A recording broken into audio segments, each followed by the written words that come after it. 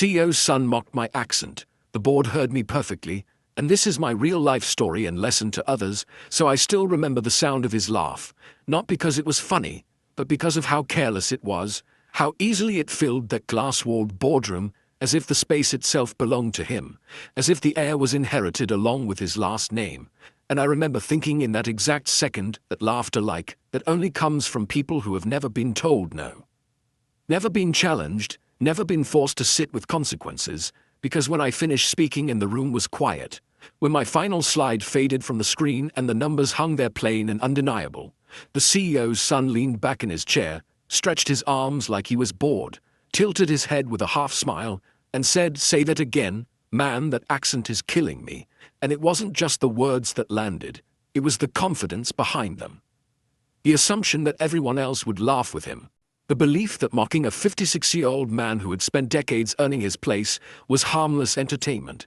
And the room didn't laugh, not really, but nobody stopped him either, which in some ways was worse, because 12 executives sat around that table in expensive suits, hands folded neatly, eyes suddenly fascinated by notebooks, pens, screens, anything except me. And in that frozen moment, I felt my heart hammering against my ribs, not from fear but from recognition, because I had been underestimated my entire life. Underestimated when I walked into my first factory job with a thick regional accent. Underestimated when I climbed into compliance roles where people thought I was just there to check boxes. Underestimated every time someone mistook quiet for weakness. And there I stood holding the presentation remote. Its weight suddenly noticeable in my hand, my face calm even as my pulse raced, because years teach you control. They teach you that reacting is exactly what men like him expect. And what he didn't know, what none of them knew sitting there pretending nothing had happened, was that every word I spoke that morning had already traveled far beyond that room, that the data I presented had been reviewed, flagged, and quietly archived by people who did not care how anyone sounded. People who didn't laugh at accents or jokes or privilege, people whose job was to listen closely and remember everything. And as I stood there absorbing the moment, I could feel something shifting beneath the polished surface of that company, like a hairline crack spreading slowly through glass. Because arrogance always forgets one thing, it forgets that rooms have memories, that meetings are recorded, that silence can be louder than protest. And while the CEO's son smirked and leaned forward waiting for a reaction that never came, I looked around that table and saw discomfort, not on his face, but on the faces of people who suddenly realized they were witnesses, not participants. And I finished the meeting professionally, calmly, without defending myself or my voice or my background, because I knew something they didn't yet understand, that laughter in rooms like that has a cost, that mockery leaves fingerprints, that power borrowed from a last name can evaporate the moment the right ears start listening. And by the time the meeting ended, by the time chairs scraped back and polite goodbyes were exchanged, the joke was already over. It just hadn't reached him yet. Because the truth was simple and brutal. The moment he laughed, he stopped being untouchable. And while he walked out of that boardroom still smiling, still confident, still believing the world would bend the way it always had, I walked out knowing that something permanent had begun, that the future he assumed was guaranteed had just been put on a very different path. All because he mistook my accent for weakness, and forgot that sometimes the quietest voices are the ones being heard the clearest. I wasn't always a suit and tie man, standing in rooms with glass walls and city views, and that truth lives deep in my bones, no matter how polished the floors beneath my feet eventually became, because I grew up in a small industrial town in Pennsylvania, where morning started before sunrise and the smell of oil, steel, and wet concrete followed you everywhere. A place where nobody cared who your family was as long as you showed up on time and did the work. My father was the kind of man who believed in work the way some people believe in religion, a man whose hands were so rough that even when he slept his knuckles stayed swollen, cracked, and permanently bent from years of gripping tools, lifting heavy things, and never complaining, while my mother cleaned offices at night after putting us to bed, scrubbing desks and emptying trash, cans in buildings where people like Evan Hawthorne would one day work without ever wondering who cleaned up after them. And in our house, English wasn't something you practiced to sound smart or impressive. It was something you used to get through the day, to say what needed saying and move on, direct and sometimes sharp. And I carried that way of speaking with me my entire life. my accent never fading no matter how many boardrooms I walked into. And it never embarrassed me because it reminded me that I hadn't been handed anything, that everything I had came slow and hard, earned inch by inch over decades. Without shortcuts, without family connections, without anyone opening doors just because of my last name. And when I entered the workforce, I didn't chase titles or attention.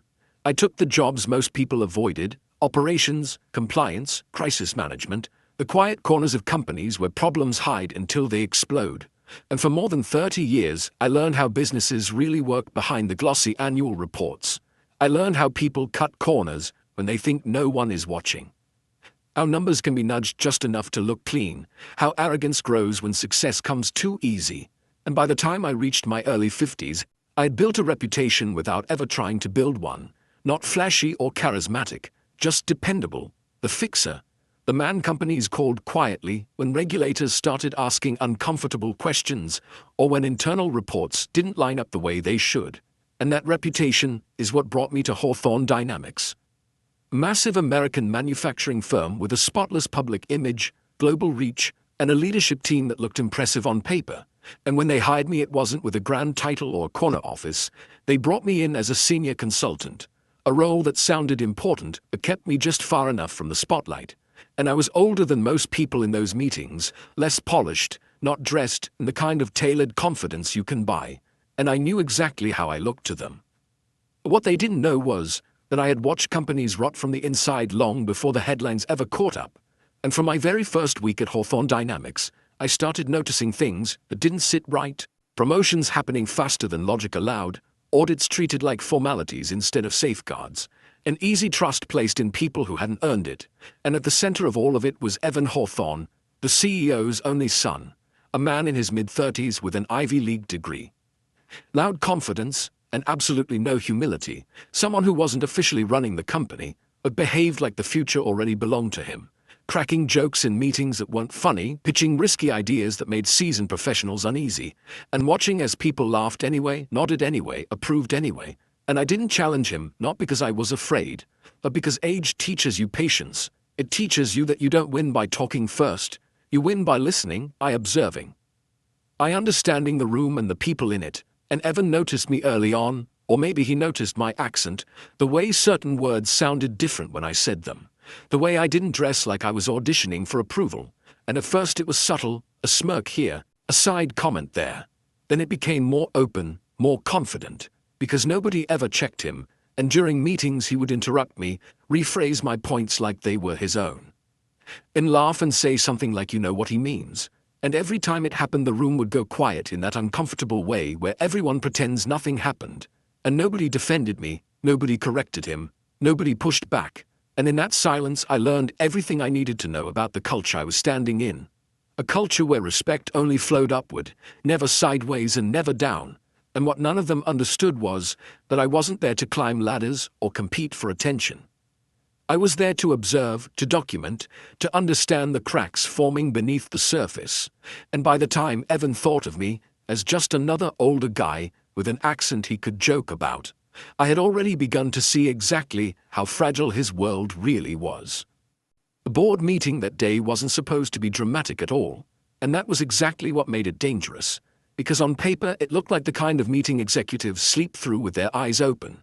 A quarterly compliance review filled with charts, risk exposure summaries, vendor contracts, and procedural language that usually floats over people's heads while they wait for lunch.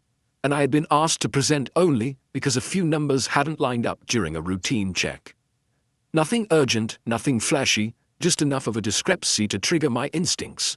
And I had spent weeks digging into it quietly, staying late after most people had gone home, cross-checking reports from different departments, tracing approval chains, matching signatures to dates, watching how one small exception led to another until a pattern began to form. And what I found wasn't illegal yet, not technically. But it was heading there fast in the way a slow leak heads toward a flood if nobody bothers to turn the valve. Because Evan had been pushing contracts through without full review, leaning on his influence to bypass standard procedures, approving vendors tied to friends and former classmates, dressing shortcuts up as innovation. And every step of it created exposure that wouldn't show up in headlines tomorrow, but would absolutely explode a year or two down the line. And as I stood in that boardroom with the screen lit up behind me, glass walls reflecting the city outside, I knew exactly how serious it was, not just for the company, but for the people sitting around that table who thought distance and titles protected them. And when I began speaking, I made a conscious decision to keep my voice steady, to strip all emotion out of it, because facts carry more weight when they aren't dressed in anger, and I walked them through the risks slowly. Explaining how relaxed audits create blind spots, how unreviewed contracts compound liability, how long-term exposure doesn't announce itself with sirens, but quietly eats away at the foundation, until one day the whole structure collapses, and the room was quiet in that focused, impatient way boardrooms get when someone is saying something they don't want to hear. And then Evan laughed, not nervously or awkwardly but confidently, the sound cutting through the room like he was breaking tension on purpose. And he didn't even bother looking at the data on the screen. He looked straight at me, at my face, at my mouth, and mocked the way I spoke, turning my accent into entertainment, into a moment for him to assert dominance. And in that instant something shifted inside me, not anger and not embarrassment, but clarity, the kind that comes when you suddenly see a situation exactly as it is, because I realized he truly believed the room belonged to him. That his last name outweighed any evidence, that my voice somehow made my facts weaker, that age meant I was background noise, and what he didn't know in that moment, what he couldn't possibly imagine, because people like him never imagine it, was that the meeting was being recorded for regulatory documentation, a standard procedure, that his laughter and mockery were being captured just as clearly as my words. The two board members had already approached me privately in the weeks before asking careful questions about Evan's behavior and decision-making, and that the night before this very meeting I had already submitted a confidential memo to the Independent Audit Committee outlining everything I was about to say, backed by documents, timelines, and approvals that told a much bigger story than any single presentation slide ever could. And when the laughter died down and the room settled back into that uncomfortable quiet, I finished my presentation without reacting, without defending my accent, without acknowledging the insult at all, because silence in moments like that does something powerful. It forces everyone else to sit with what just happened, and I could feel his confidence wobble just slightly as I continued, calm and professional, while he shifted in his chair waiting for a response that never came. And when I concluded, the board thanked me politely, asked no further questions, and ended the meeting earlier than scheduled, and Evan walked out still smiling, still believing he had won something, while I stayed behind packing my laptop and papers slowly, deliberately, not because I was nervous, but because I understood the weight of that moment. Because once arrogance is documented, once behavior like that is preserved in records meant to last, it stops being power and starts becoming evidence. Proof that can't be laughed away. And as I walked out of that room, I knew, without a doubt, that the balance had shifted, that a clock had started ticking, that even Evan Hawthorne couldn't stop, no matter how loud he laughed or how untouchable he thought he was. After that meeting, something shifted so quietly that at first I wondered if I was imagining it, because nobody came to my office, nobody asked follow-up questions, nobody even acknowledged what had happened, and within hours it became clear that I had been erased in the most professional way possible. Emails that once arrived steadily stopped completely, calendar invites that had been routine simply vanished without explanation, and it felt like I had turned invisible overnight. And at 56 years old, you understand something most younger professionals don't yet grasp, that silence in corporate America is never empty, it is never accidental, it is packed with fear, calculation, and decisions being made behind closed doors where your name is mentioned without you being present. And Evan avoided me entirely, not a glance in the hallway, not a sarcastic comment, nothing, which told me far more than his laughter ever did. Because people don't avoid what they don't see as a threat. And even though I didn't see him, I could feel his presence everywhere. In the way my system access requests suddenly took longer to approve, in the way reports I submitted now needed extra layers of review that had never been required before, in the way managers who once nodded politely at my observations now avoided eye contact, like looking at me might implicate them. And I recognized the tactic immediately, the freeze-out. A quiet hope that isolation would shrink me, frustrate me, maybe push me to react emotionally or make a mistake. And what they didn't realize was that I had already lived most of my life in environments where being ignored was normal, where nobody cared what you thought unless you proved your value through results. And when you grow up unheard, silence doesn't scare you, it sharpens you. It gives you space to observe without distraction. And during those quiet days, I didn't send angry emails or ask why I was being sidelined. I didn't defend myself or complain to anyone who would listen. I worked the way I always had. I went back through old contracts that most people had forgotten about. I reviewed archived approval chains. I listened carefully to recorded meetings, not just for what was said, but for what wasn't. I noticed how Evan spoke when he thought the room was safe, how casually he dismissed procedure, how often he relied on his last name to close conversations instead of facts, and patterns began to emerge more clearly than ever, because Evan wasn't just reckless, he was careless. Careless in the way only people who have never faced consequences can be, people whose mistakes have always been smoothed over by someone else, whose confidence has never been challenged by real accountability, and his entire life that last name had acted like a shield, deflecting criticism, silencing doubt, and protecting him from the natural consequences that teach most people restraint.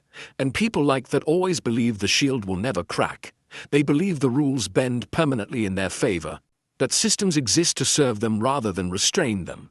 And that belief is exactly where their weakness lives, because silence gave me time, and time gave me clarity, and clarity showed me that while they thought they were isolating me, they were actually giving me the space to see everything I needed to see, because in the absence of noise, truth becomes very loud. And as the days passed and the quiet stretched on, I realized that they had underestimated not just my patience, but my experience. Because silence is only a weapon if the person on the other end is afraid of it, and I wasn't afraid at all. I was preparing, calmly, methodically, knowing that the same silence they were using to try to erase me would eventually amplify everything they were trying to hide. On the third night after the silence settled in, I stayed late without telling anyone, not out of secrecy but out of habit, because some of the most important work of my life had always been done when buildings were quiet, and nobody was around to interrupt the truth. And the office felt different after hours, the lights dimmed to a soft glow, the hum of the air system louder than usual, janitors moving slowly between cubicles like they were passing through someone else's dream. And I sat alone at my desk staring at a blank email for longer than I expected to, not because I didn't know what to say, but because I knew exactly how much weight every single word would carry once it left my screen. And when I finally started typing, I didn't rush. I chose each sentence carefully, stripping out anything that sounded emotional, defensive, or personal, because emotion gives powerful people an excuse to dismiss you, and I wasn't giving anyone that gift. And I addressed the email not to the full board, but to the independent audit committee, a small detail that most people wouldn't notice, but one that mattered more than anything else, because committees like that exist for one reason, to see what others are incentivized to ignore. And as I wrote, I attached documents I had verified twice, sometimes 3 times, timelines that showed how approvals had moved faster than policy allowed. Voice transcripts pulled from recorded meetings where tone and intent were unmistakable approval trails that revealed patterns instead of isolated incidents. And I didn't accuse anyone of wrongdoing. I didn't use dramatic language or loaded phrases. I simply asked questions, calm, direct questions that forced anyone reading them to slow down and really look. Questions like why certain reviews had been skipped, why specific vendors appeared repeatedly despite red flags, why controls designed to protect the company had been treated as optional. And those kinds of questions are dangerous not because they shout, but because they don't, because they imply that the answers already exist somewhere. And when I finally leaned back in my chair and reread the email from beginning to end, I felt something I hadn't felt in a long time, not excitement, not fear, but calm. The kind of calm that comes when you finally stop carrying someone else's arrogance on your shoulders. When you realize you don't need to fight or argue or prove your worth to people who were never listening in the first place. And when I clicked send, there was no dramatic moment, no rush of victory, just a quiet certainty that the truth was now in the hands of people whose job it was to take it seriously. And I shut down my computer, walked out into the empty parking lot, and drove home feeling lighter than I had in months, slept deeper than I could remember sleeping. While somewhere across town, Evan Hawthorne probably slept just fine too, completely unaware that his name had just entered a very different kind of conversation, one that didn't happen in loud boardrooms or casual jokes.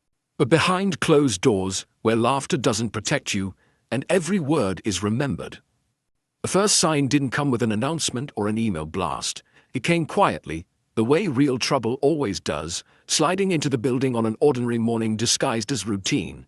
Except it wasn't routine at all, because a week after I sent that email, an external audit team showed up unannounced, unscheduled, carrying neutral expressions and official badges, the kind companies dread because they don't answer to internal politics or last names.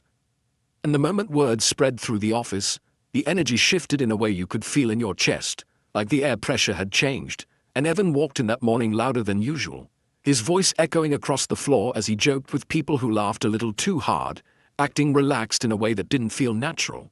Because real confidence doesn't need to announce itself, and fake confidence always does, and I watched him from across the floor, not with satisfaction, but with curiosity. Because I had seen this pattern before, I had seen what happens when people who rely on power, instead of discipline, feel the ground move beneath them. And executives started disappearing behind closed doors, doors that usually stayed open suddenly clicking shut, whispers replacing casual conversation. The CEO himself arriving earlier than normal and staying far later than he ever had, his posture tighter, his movements slower, like a man carrying weight he hadn't planned on lifting. And for days nobody spoke to me, until finally I was called into a conference room, not to present slides or justify myself, but to answer questions, real questions, detailed questions asked by people who were no longer looking for reassurance but for clarity. And for the first time since I arrived at Hawthorne Dynamics, I spoke without being interrupted, without being rephrased, without anyone laughing or smirking or checking their phone, and my accent didn't change. My voice didn't suddenly smooth itself out, but it didn't matter anymore because truth has a way of stripping away everything superficial. It doesn't care how it sounds or who delivers it. It only cares whether it holds up under pressure, and mine did, every document, every timeline, every explanation lining up exactly the way it should. And as the days passed and the auditors moved deeper into the company, the tension thickened, meetings grew shorter, smiles became forced. And people who once spoke with certainty began choosing their words carefully, because power always looks solid until it's examined closely. And when scrutiny arrives, when neutral eyes start asking why instead of accepting because, that's when you see who was standing on substance and who was standing on reputation alone. And Evan's laughter faded, replaced by silence he didn't know how to handle, because power that has never been questioned doesn't know how to breathe when it's finally being watched. The next board meeting felt different the moment I stepped into the room, before anyone said a single word, before chairs scraped against the floor or laptops were opened, because the air itself felt heavier, like everyone had walked in carrying the same unspoken thought, and Evan was already seated when I arrived, sitting quieter than I had ever seen him, no jokes bouncing off the walls, no smirks exchanged with people he usually treated like an audience. Just a stiff posture and eyes fixed on the table in front of him, and that absence of noise spoke louder than his laughter ever had, because when a person who feeds on attention suddenly goes silent, it means the ground under them is shifting. And when I was asked to speak, there was no hesitation, no casual dismissal, no glance in Evan's direction for approval. And as I stood and began laying everything out again, slowly and clearly, walking through the same facts, the same risks, the same patterns I had already documented, I made sure my voice stayed even and controlled. Because anger would have distracted from the truth, and this moment wasn't about emotion. It was about clarity, and Evan didn't look at me once, not out of respect but out of fear, because looking would have meant acknowledging something he had always believed he could ignore. And when I finished speaking, the room didn't move, it didn't rush to the next agenda item. It stayed silent in a way that felt deliberate, uncomfortable and necessary, the kind of silence that forces reflection instead of avoidance. And then one board member, someone who rarely spoke unless it mattered, turned toward Evan and asked a simple question, not an accusation, not a trap, just a request for explanation, and Evan hesitated only for a second, but in rooms like that a second is an eternity, and when he answered his voice wavered just slightly, not enough for someone unfamiliar to notice, but enough for people trained to recognize uncertainty, and that was all it took, because power doesn't collapse from explosions. It doesn't fall apart in dramatic scenes the way movies pretend it does. It slips quietly on small moments of doubt, on hesitation where confidence once lived. And as I watched the exchange unfold, I glanced at his father, the CEO, and saw his expression change, not into anger or defensiveness, but into disappointment. The kind that sinks deeper because it isn't loud, the kind that carries the weight of realization, the understanding that something you believed in isn't what you thought it was. And disappointment like that can't be fixed with apologies or jokes or promises, because once it settles in, it rewrites the way you see everything that came before. And in that boardroom without laughter, surrounded by people who were finally paying attention, I understood that the balance had shifted again, more visibly this time. Because the room no longer belonged to a last name or a personality, it belonged to the truth, and truth, once it takes control, rarely gives it back. Within a month, the shift I'd quietly set in motion became undeniably visible, and it started not with an announcement or a dramatic confrontation, but with subtle movements that only someone who had watched the inner workings of a company for decades could truly read, because Evan Hawthorne, the once untouchable son of the CEO, was quietly removed from all operational authority, stripped of the responsibilities he had wielded carelessly as though they were his birthright. And it happened without press coverage, without a statement, without the usual fanfare that accompanies corporate shakeups in public companies. He simply ceased to matter in the day-to-day functioning of the business, reassigned to projects that carried no real weight, no strategic importance, nothing that could influence the decisions he had once tried to control with arrogance and charm. And I watched as the change rippled through the office, subtle at first, but growing more apparent each day. The CEO, his father, visibly aged in that month, as if the realization of what had been allowed to fester under his watch finally settled into his bones. His posture tighter, his movements slower, the way someone carries the weight of oversight failures that cannot be undone. And yet I didn't celebrate, because this was never about personal triumph or schadenfreude. Revenge in its purest form rarely roars. It doesn't need to. It corrects the balance quietly, firmly, and finally. And the way the office responded told me everything I needed to know. People who had once ignored me now greeted me in hallways, their tone different from polite obligation, their nods carrying recognition of competence rather than just acknowledgement of presence. Respect returned, but it wasn't the casual, superficial respect you get from maintaining appearances or being pleasant at meetings. It was earned, hard-earned through decades of experience, observation, and patience. And they didn't hear my accent anymore, that old regional inflection that had once made Evan laugh and others smirk. They heard my record, the tangible evidence of reliability, insight, and quiet authority that cannot be fabricated. And in the silence that followed Evan's fall, in the calm corridors of a company finally realigning with the principles it should have always upheld, I realized that the most effective form of power is not aggression, not loudness or dominance, but patience, strategy, and letting facts speak. Because when a last name that once towered over everyone is revealed to be hollow, it doesn't take a fight to prove the truth. It simply takes time, observation, and the courage to let the system enforce itself. And in that month, as the office settled into a new rhythm without Evan's bluster, I understood fully that real authority comes not from heritage or entitlement, but from the unshakable accumulation of knowledge, evidence, and integrity.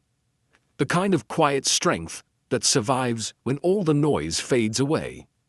It happened one evening, late, in the almost empty parking garage of Hawthorne Dynamics, a place where echoes make your own footsteps sound like warnings, where fluorescent lights hum above in a rhythm that makes every shadow stretch longer than it should.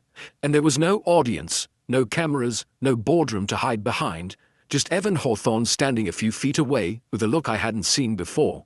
No smirk, no joke, no bravado, just raw, barely contained disbelief mixed with a kind of anger that comes when someone realizes that the rules they assumed always protected them actually apply to everyone. And he stepped closer, trying to dominate the space the way he always did in meetings. Only this time the room wasn't around to mask his insecurity, and he asked me how I did it, the question almost trembling in his voice, because he had spent his life believing that power came from a name, from charm, from arrogance, and never from preparation, patience, or persistence.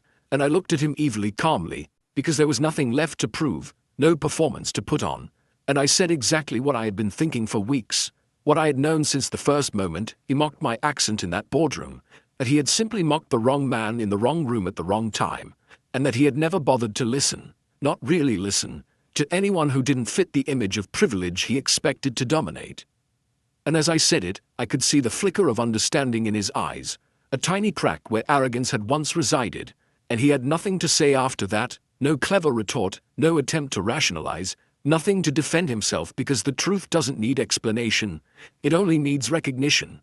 And I didn't add another word, because some lessons, the kind that cut deeper than lectures or presentations, don't require speeches, they require silence, reflection, and facing a reality you cannot escape. And we stood there for what felt like minutes, breathing in the cold air of the garage, the hum of the lights filling the space between us. And for the first time, I understood that the weight of truth is heavier than any title, sharper than any insult.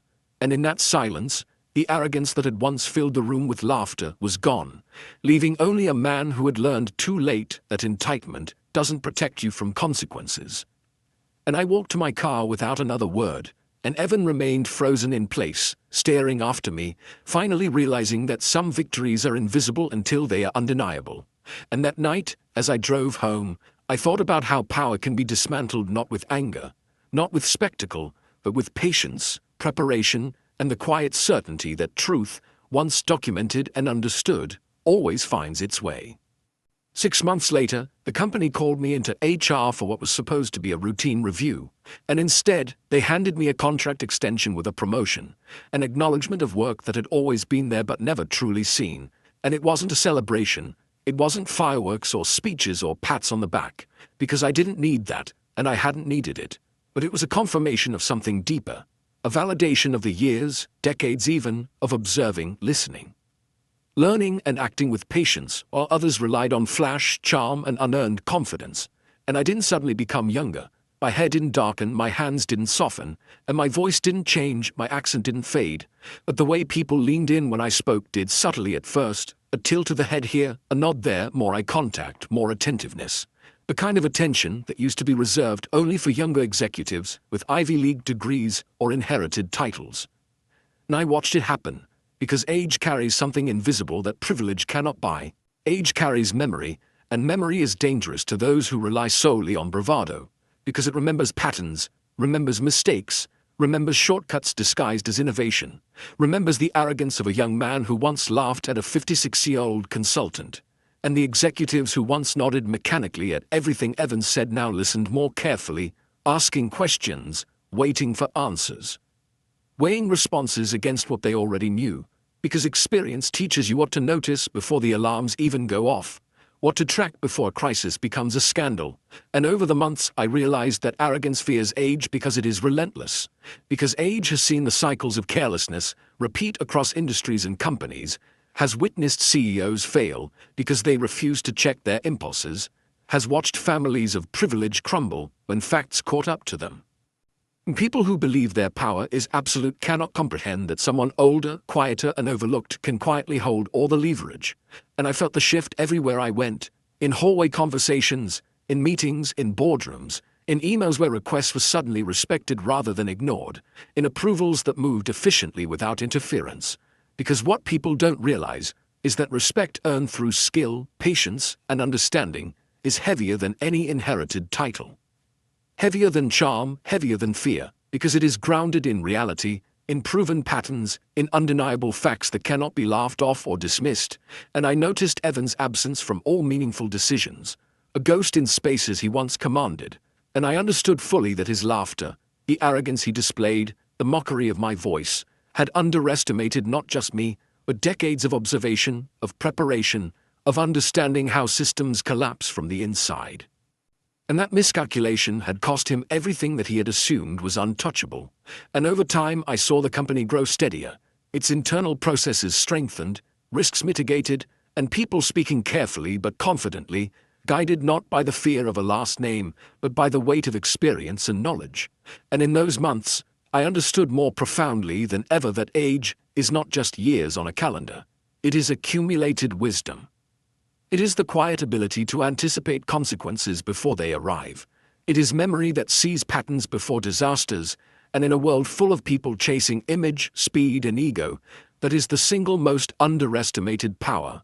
The kind of power that doesn't demand attention, that doesn't need laughter to be respected. And when arrogant people forget it exists, it becomes the reason everything they assumed was permanent suddenly is. Hear what I learned at 56. The kind of lesson that isn't taught in classrooms, MBA programs, or boardroom pep talks. The lesson that only comes from decades of watching people rise and fall, from being underestimated, dismissed, ignored, mocked, and yet continuing to show up quietly, patiently, consistently. Because power that is borrowed from a last name, from charisma, from a sense of entitlement, is fragile, temporary, and fleeting. And no matter how loud the laughter, no matter how wide the smile, it cannot withstand the weight of truth when that truth is documented, verified, and presented to people whose job it is to notice. And respect earned through patience, observation, and methodical action lasts far longer than any title, any inherited privilege, any charm that fills a room. Because respect is not about who shouts the loudest or who smiles the widest. It is about being understood, being reliable, being consistent, and being undeniable in a way that commands attention without demanding it. And mockery, which seems so powerful in the moment, the laughter, the jokes, the sneers feel strong until it is recorded, analyzed, and matched against facts. And then it becomes weakness. It becomes proof of arrogance, carelessness, and entitlement. And silence, which the world often mistakes for submission, is in reality a weapon of enormous force when wielded with purpose. Because silence sharpens the mind, forces observation, allows one to see patterns others miss, and when used correctly, it speaks louder than any laugh, louder than any insult, louder than any bravado. And in that silence, in the calm persistence of doing the right work, of documenting the truth, of staying steady while others stumble over their own arrogance, I realized that I didn't have to destroy anyone. I didn't have to yell, I didn't have to gloat, I didn't have to orchestrate drama or make anyone look foolish in front of the whole company. Because the truth, when it is finally heard in a room that matters, does the work for you. It corrects imbalances, it exposes mistakes, it shifts power naturally, irrevocably, without need for spectacle. And that day in the boardroom where Evan had once mocked my accent, where laughter had once felt like it might drown me, the room finally listened, every word measured, every fact absorbed, every implication considered, and in that quiet attention, in that moment when the arrogance of privilege collided with the reality of evidence, I felt a kind of satisfaction that has nothing to do with revenge and everything to do with justice. Because real victory is measured not in humiliation or anger, but in the alignment of truth with consequence. And when the last name that had always demanded deference was confronted with the reality it could not control, when the laughter had faded and all that remained was acknowledgement of fact, I understood fully that what lasts is never the noise, the pride, or the assumed immunity of a powerful name. It is the work done quietly, consistently, patiently, the preparation that turns oversight into understanding, the observation that turns arrogance into exposure, and the integrity that turns the invisible into undeniable proof. And in that moment, as I closed my presentation, as the board digested what they had heard, I realized that every sneer, every laugh, every dismissive comment Evan had made had been recorded, every shortcut noted, every reckless decision catalogued, and they had all spoken louder than his voice ever could, louder than mine even, because when truth finally finds its audience, it speaks with authority no individual can manufacture. And as I left that boardroom, walking through the hallways that had once been filled with silent judgment and cautious avoidance, I noticed the change not just in faces, but in the air itself. A shift that no amount of charm or inherited influence could reverse. And in that quiet reflection, I understood fully that life doesn't reward mockery, it doesn't elevate arrogance, it doesn't enshrine those who rely on sound and spectacle instead of substance. And those who mistake privilege for immunity are always surprised when their carefully constructed world begins to crumble from forces they underestimated. Forces that are patient, methodical, deliberate, and true.